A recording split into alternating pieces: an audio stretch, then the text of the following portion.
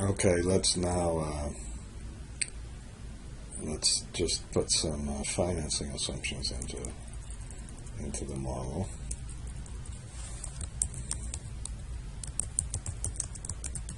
And let's start with the debt size.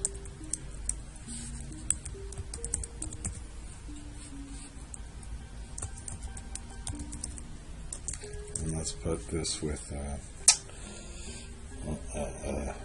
target DSCR. So I'm not going to mess around with a whole bunch of other stuff.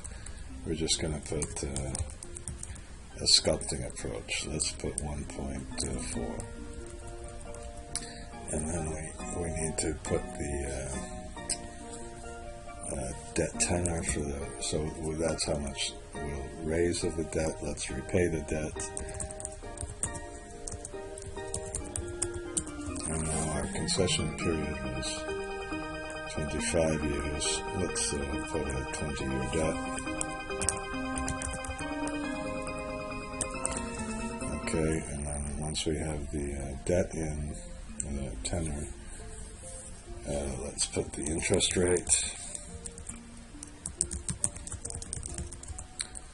and let's put a percent, and for the interest rate, let's put how about 8%. We have 6% inflation, and then DSRA,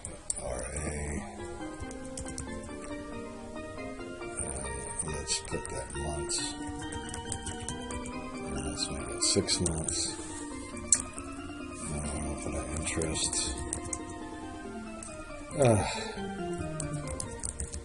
Oh, come on. I just wanted to put an interest income rate. Interest income rate. Spelled it okay. Percent.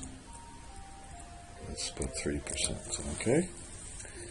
And so we kind of have the debt sizing, the repayment, the interest rate, and the debt tenor. And we'll use a sculpting.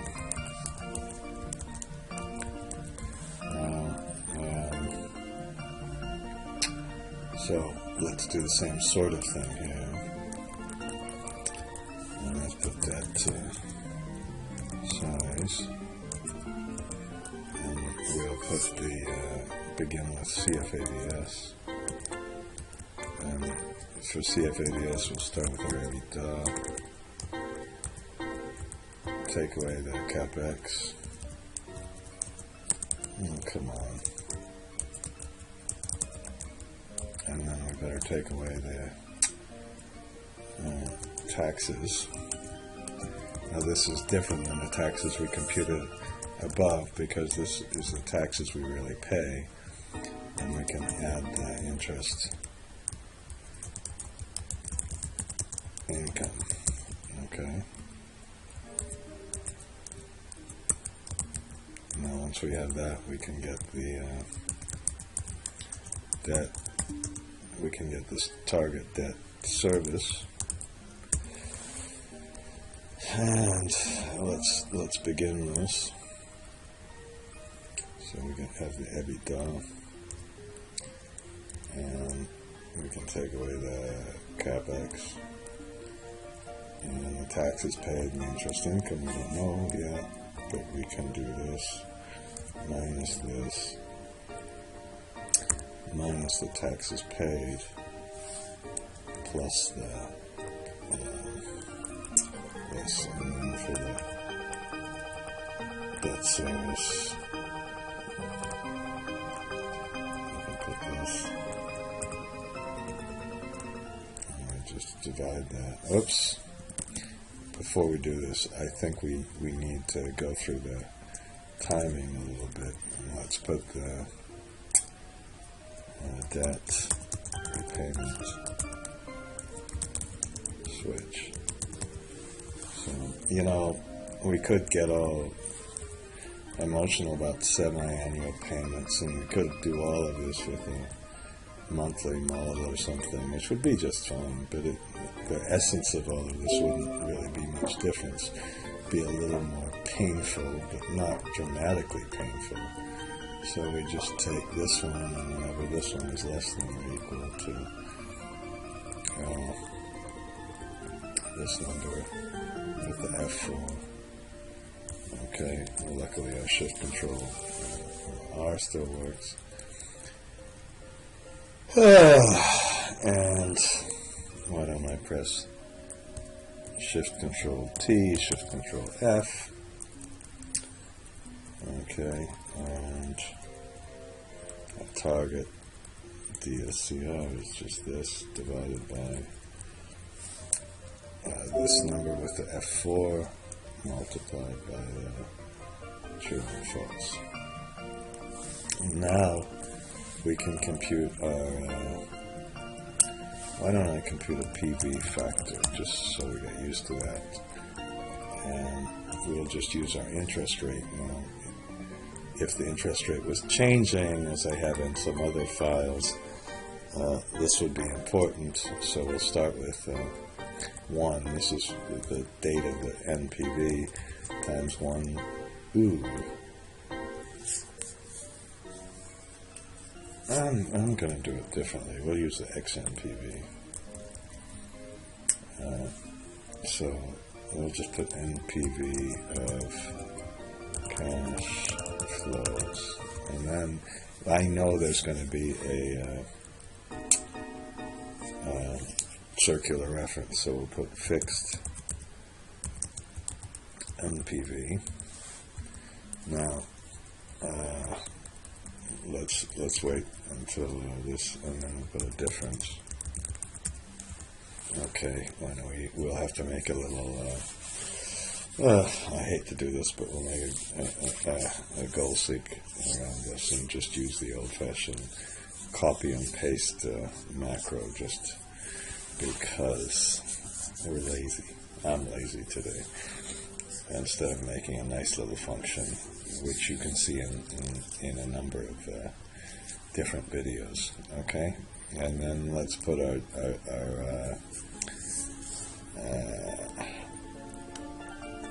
debt balance.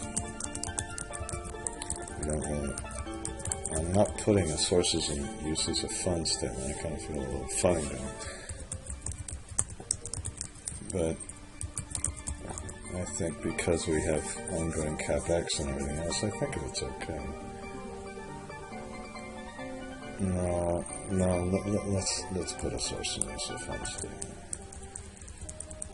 Okay.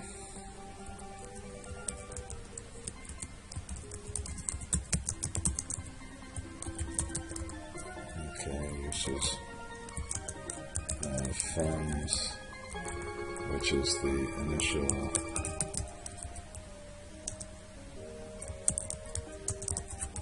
okay, we can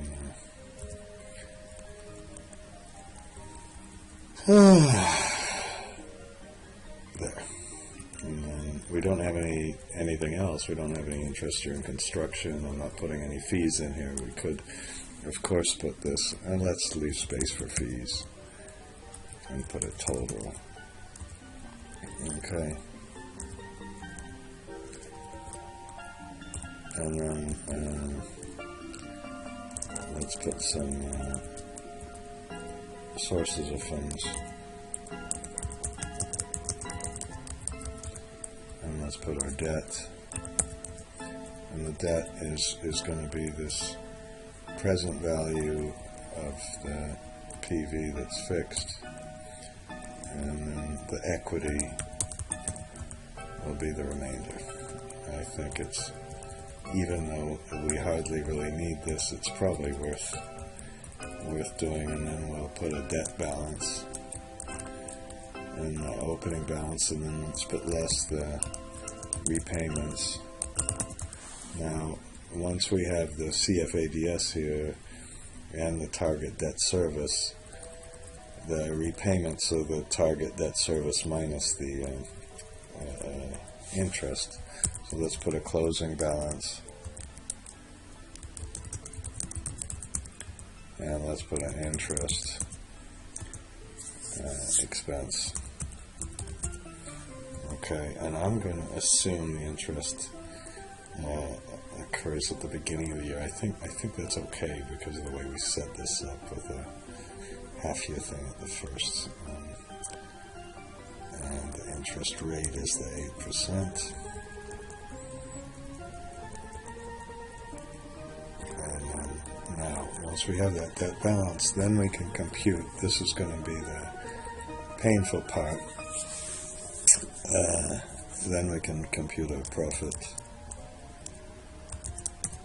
and loss, and put. I'm just going to start with our EBITDA and take away the depreciation.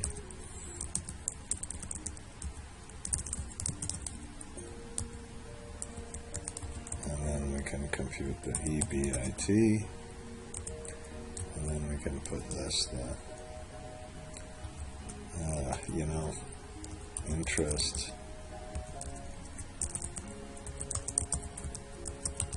expense, come on, and add the interest income, and then we get EBT,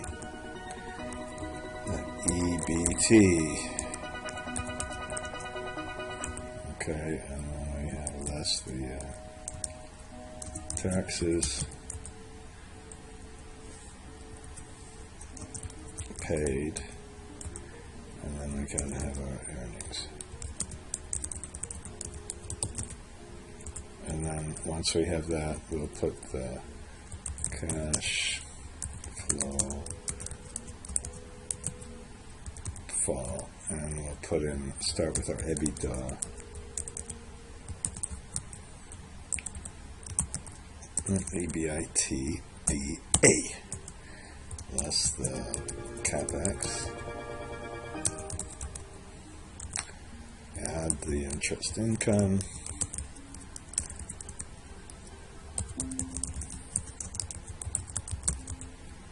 less the taxes.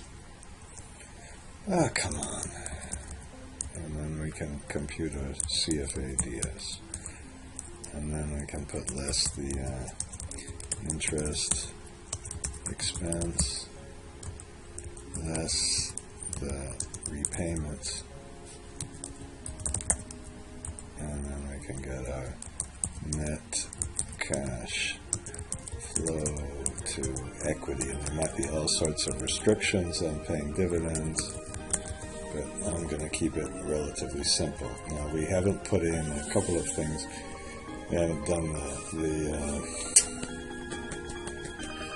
haven't done the CapEx and everything. Excuse me, I've got a phone call again. Okay, so sorry, I got phone calls. Then after that, we'll also compute some of the financial ratios, the equity IRR, do a little bit of analysis with all of this. Okay. So let's just finish this one, and we have CFADS here, and then I think we're okay with these so far. Okay, and we have copied them. The NPV. Shoot. We got to be consistent with the assumptions. If I use beginning of the year, I think what I was talking about was best here. Let's just multiply this by 1 plus the 8% interest rate. I was getting a little bit too fancy with all our XIRRs and everything. Let's just get this right at least at first. So the NPV is the target debt service. Hopefully that goes to 0. There we go. And we divide that by the so we put sum product. I didn't finish my sentence just now, I noticed. Okay, select that whole thing, divide it by that whole thing. Just press enter.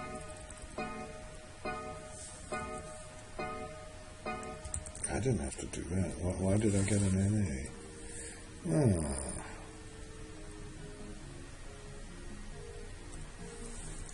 Okay. Let's try it one more time.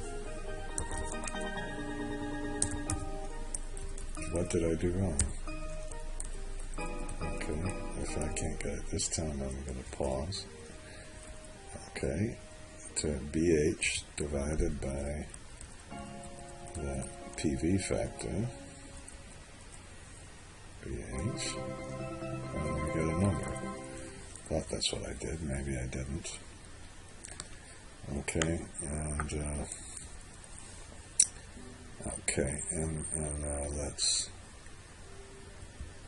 let's keep doing that. So, oh, I'm sorry.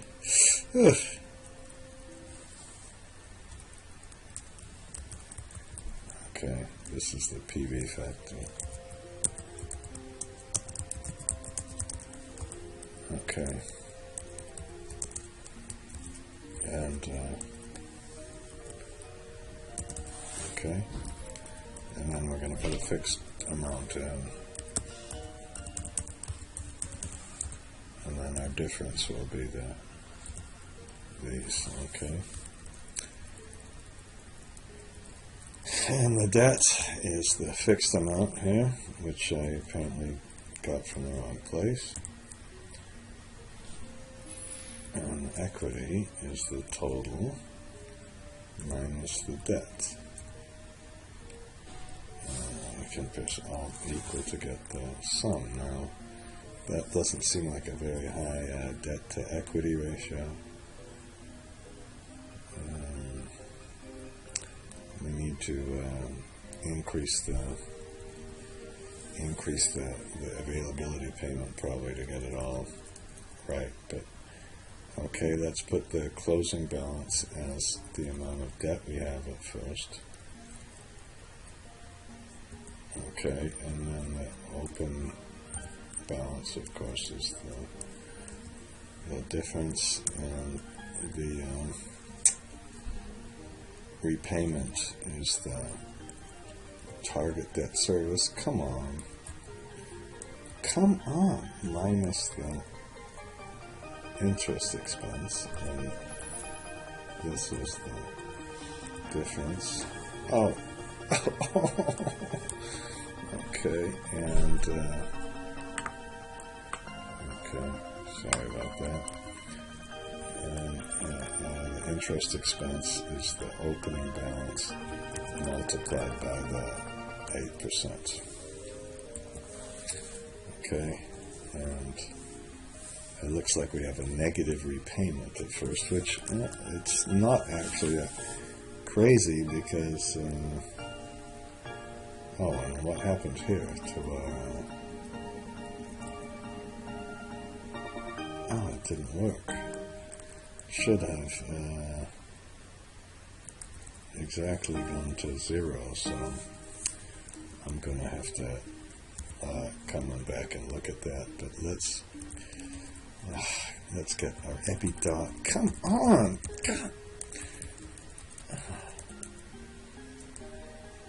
I just can't stand this. And let's go to get our depreciation. And let's take the difference. Okay. And then let's get the interest expense just for right here. And let's get the interest income that we haven't put in. So we take our last subtotal minus the interest plus the interest income, and we better put our tax rate. I hope I put it up here. Okay, and we should now, we're going to have to make a tax loss carry forward calculation, it looks like, but for now I'm just going to multiply it by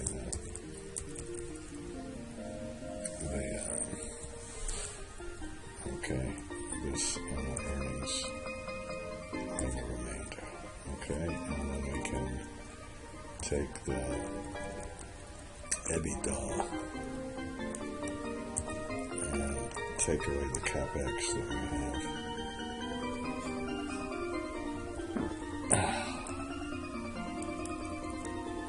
Okay.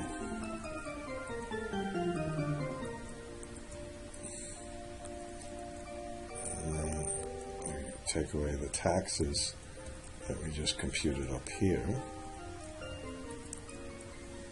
Okay, and we get the CFADS, which is our EBITDA, minus, this is just so boring, minus the capex, plus the interest income, minus the negative amount we have for taxes. Let's get the interest expense. Okay, and let's get the repayment, which we had a negative amount on. I'm really upset that this didn't quite work, so. And then we get the net cash flow to equity as the CFADS minus the other two ones. Okay, and Shift Control R. And we're just about finished now, and so the next step for me is to turn off this thing for a minute and figure out what went wrong, and then resume. Okay, I just fixed a couple of the things. The main thing was that I just had to make the fixed NPV equal to the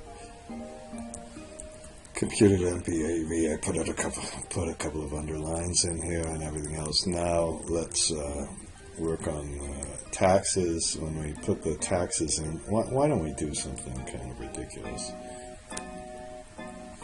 This is totally inappropriate, but I'm gonna, for now, make this the max.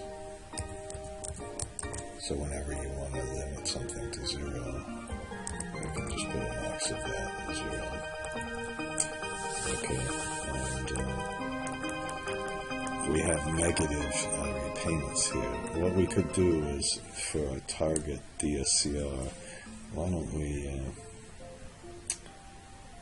make a target DSCR the following? Remember up here when we put the years and the things here, we can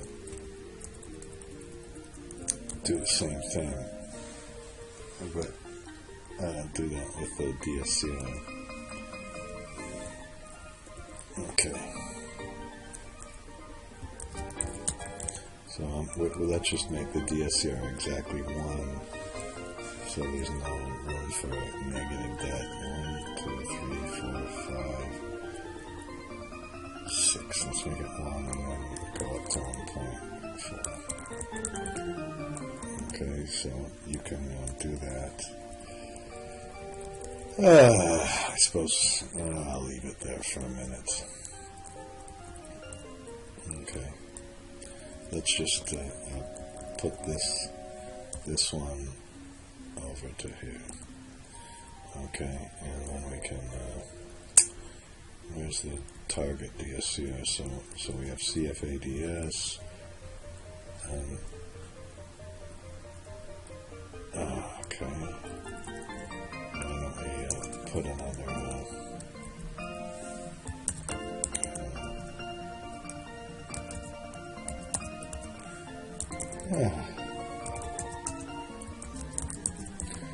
okay, and then let's practice the lookup again. Tab, get the year. It's taking forever. God. And I wonder if I can probably do probably have something open or something to slow it down, but there we shift control R, so we have a varying, so then now our it's CFADS divided by this debt service. There's no reason we can't do that. That will prevent us, hopefully. It's got a negative repayment, but the negative repayments are just enough to, so we're issuing more and more debt. Now we could get really fancy. Ooh, it looks like I have a couple more negative ones, but we could keep sculpting, keep working on this. And we should really put the debt commitment and figure out the commitment fees, because the total balance of the debt now goes up instead of down. So this sources and uses statement really doesn't mean very much.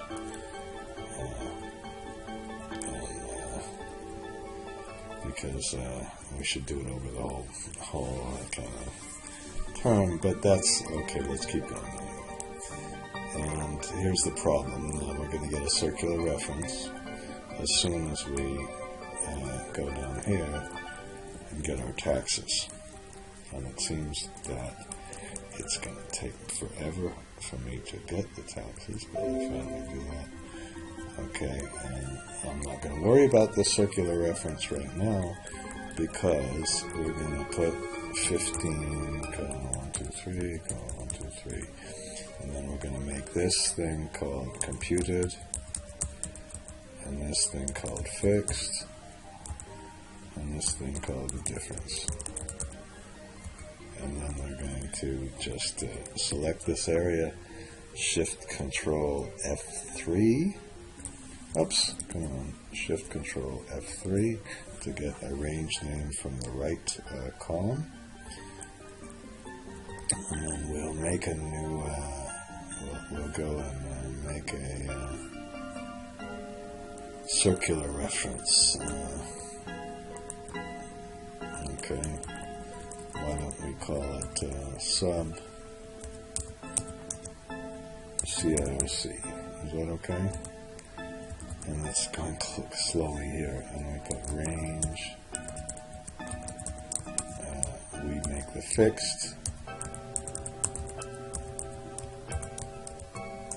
equal range computed, okay, and then we put a little while loop above it, range difference is not equal to 0, and then we put a WMD, okay, and that's how easy those silly little macros are for the circular reference. They mess everything up, of course.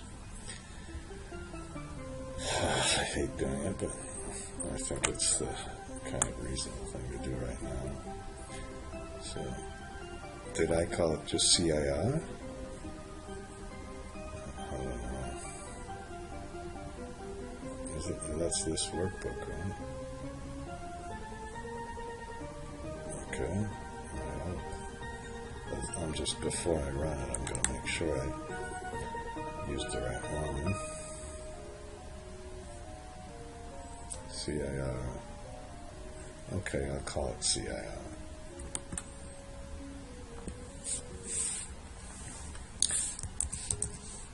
Now, when we start doing a little bit of analysis on this, I think you'll see why it's such a pain. Maybe you won't. Maybe it'll be just fine. So everything seems to be working. The closing balance of the debt goes to 0 when it's supposed to, and we can compute the DSCR here. And we'll just do a little if statement. If the debt service, which is, god damn it,